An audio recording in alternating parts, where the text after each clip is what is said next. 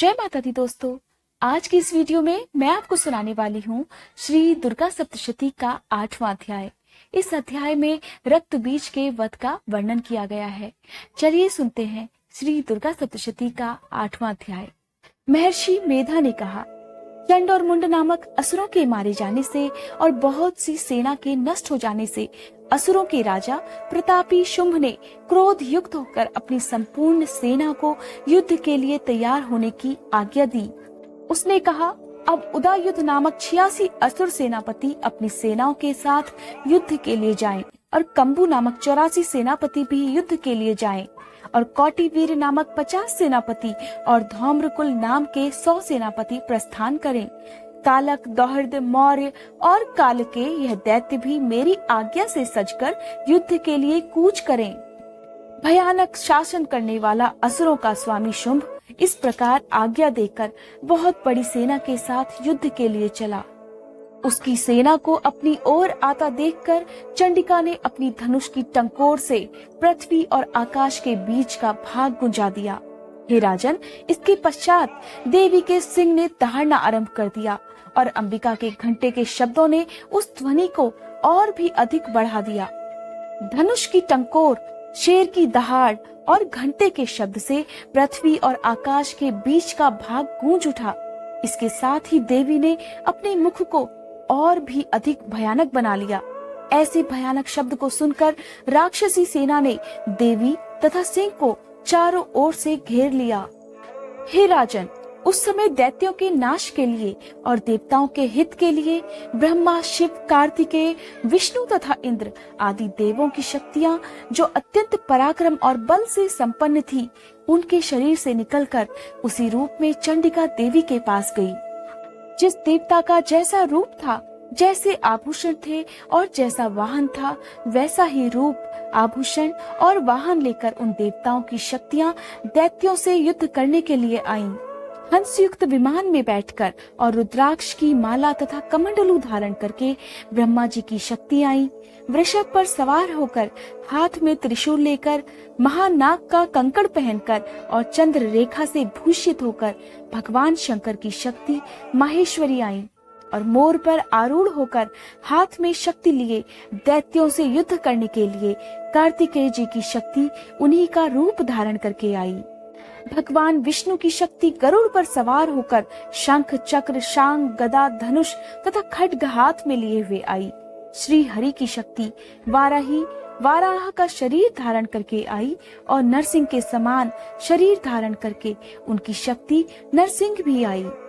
उसकी गर्दन के झटकों से आकाश के तारे टूट पड़ते थे और इसी प्रकार देवराज इंद्र की शक्ति ऐन्द्री भी ऐरावत के ऊपर सवार होकर आई।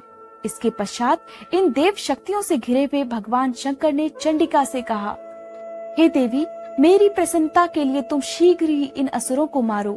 इसके पश्चात देवी के शरीर में से अत्यंत उग्र रूप वाली और सैकड़ों गीदड़ियों के समान आवाज करने वाली चंडिका शक्ति प्रकट हुई।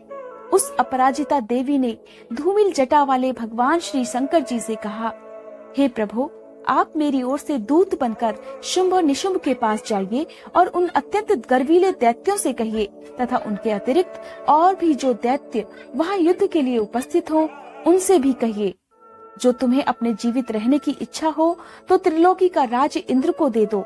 देवताओं को उनका यज्ञ भाग मिलना आरंभ हो जाए और तुम पाताल को लौट जाओ। किंतु यदि बल के गर्व से तुम्हारी लड़ने की इच्छा है तो फिर आ जाओ। तुम्हारे मांस से मेरी योगिनियां तृप्त होंगी।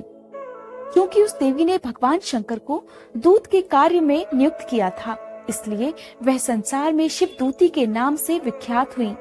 भगवान शंकर से देवी का संदेश पाकर उन दैत्यों के क्रोध का कोई आर पार न रहा और वह जिस स्थान पर देवी विराजमान थी वहां पहुँचे और जाने के साथ ही उस पर बाणों और शक्तियों की वर्षा करने लगे। देवी ने उनके फेंके हुए बाणों, शक्तियों, त्रिशूल और फरसों को अपने बाणों से काट डाला और काली देवी उस देवी के साथ आगे खड़ी होकर शत्रुओं को त्रिशूल से विदीर्ण करने लगी और खटवांग से कुचलने लगी। ब्राह्मणी जिस तरफ दौड़ती थी उसी तरफ अपने कमंडलू का जल छिड़क कर दैत्यों के वीर्य और बल को नष्ट कर देती थी। और इसी प्रकार माहेश्वरी त्रिशूल से, वैष्णवी चक्र से और अत्यंत कोप वाली कौमारी शक्ति द्वारा असुरों को मार रही थी। और ऐन्द्री के बाजू के प्रहार से सैकड़ों दैत्य रक्त की नदियां बहाते हुए पृथ्वी पर सो गए। वाराही ने कितने ही राक्षसों को अपनी थूथन द्वारा मृत्यु के घाट उतार दिया। दाढ़ों के अग्रभाग से कितने ही राक्षसों की छाती को चीर डाला और चक्र की चोट से कितनों को ही विदीर्ण करके धरती पर डाल दिया। बड़े बड़े राक्षसों को नरसिंही अपने नखों से विदीर्ण करके भक्षण कर रही थी और सिंहनाद से चारों दिशाओं को गुंजाती हुई रणभूमि में विचर रही थी। शिवदूती के प्रचंड अट्टहास से कितने ही दैत्य भयभीत होकर पृथ्वी पर गिर पड़े और उनके गिरते ही वह उनको भक्षण कर गई।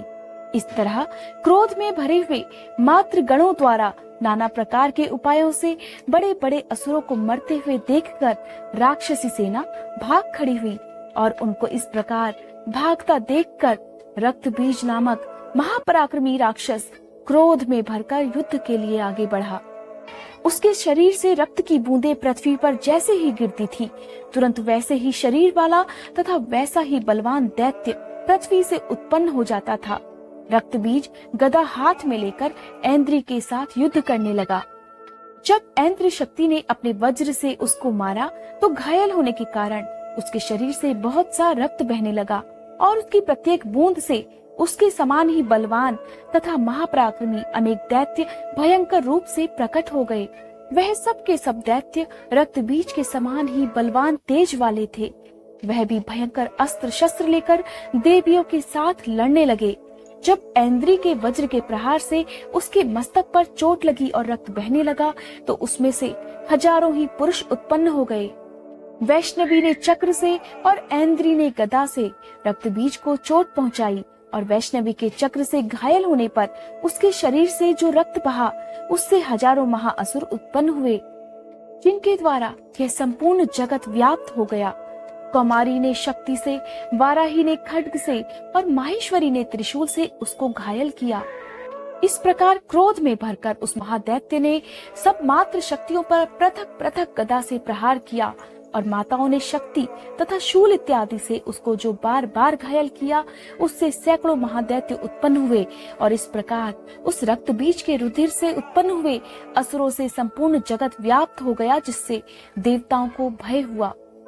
देवताओं को भयभीत हुआ देखकर चंडिका ने काली से कहा, हे चामुंडे, अपने मुख को बड़ा करो और मेरे शस्त्रघात से उत्पन्न हुए रक्त बिंदुओं तथा रक्त बिंदुओं से उत्पन्न हुए महाअसुरों को तुम अपने इस मुख से भक्षण करती जाओ। इस प्रकार रक्त बिंदुओं से उत्पन्न हुए महादैत्यों को भक्षण करती हुई तुम रणभूमि में विचरो। इस प्रकार रक्तहीन होने से यह दैत्य नष्ट हो जाएगा। तुम्हारे भक्षण करने के कारण अन्य दैत्य उत्पन्न नहीं होंगे। काली से इस प्रकार कहकर चंडिका देवी ने रक्तबीज पर अपने त्रिशूल से प्रहार किया और काली देवी ने अपने मुख में उसका रक्त ले लिया। तब उसने गदा से चंडिका पर प्रहार किया। प्रहार से चंडिका को तनिक भी कष्ट नहीं हुआ, किंतु रक्तबीज के शरीर से बहुत सा रक्त बहने लगा। काली के मुख में उस रक्त से जो असुर उत्पन्न हुए उसको उसने भक्षण कर लिया और रक्त को पीती गई। तदंतर देवी ने रक्त बीज को, जिसका की रक्त काली ने पिया था, चंडिका ने उस दैत्य को वज्र, बाण, खड्ग तथा रिष्टि इत्यादि से मार डाला। हे राजन, अनेक प्रकार के शस्त्रों से मारा हुआ और खून से वंचित वह महादैत्य रक्त बीज पृथ्वी पर गिर पड़ा। हे राजन, उसके गिरने से देवता अत्यंत प्रसन्न हुए और माताएं उन असुरों का रक्त पीने के पश्चात उद्धत होकर नृत्य करने लगी। दोस्तों, यह था श्री दुर्गा सप्तशती का 8वां अध्याय। दुर्गा सप्तशती के अध्यायों का पाठ नवरात्रि में करने से माँ अपने भक्तों पर बहुत जल्दी प्रसन्न होती है और अपने भक्तों की सारी मनोकामनाएं पूर्ण करती हैं। उम्मीद करती हूँ आपको ये वीडियो पसंद आई होगी। अगर आपको ये वीडियो पसंद आई हो तो लाइक करने के बाद कमेंट बॉक्स में बताइएगा कि आपको ये वीडियो कैसी लगी। साथ ही अगर अभी तक आपने मेरा चैनल सब्सक्राइब नहीं किया है तो चैनल सब्सक्राइब कर लें और बेल आइकन प्रेस करना ना भूलें, जिससे मेरे चैनल पर अपलोड होने वाली जो भी वीडियोस है उन सब की जानकारी आपको समय से मिल जाएगी।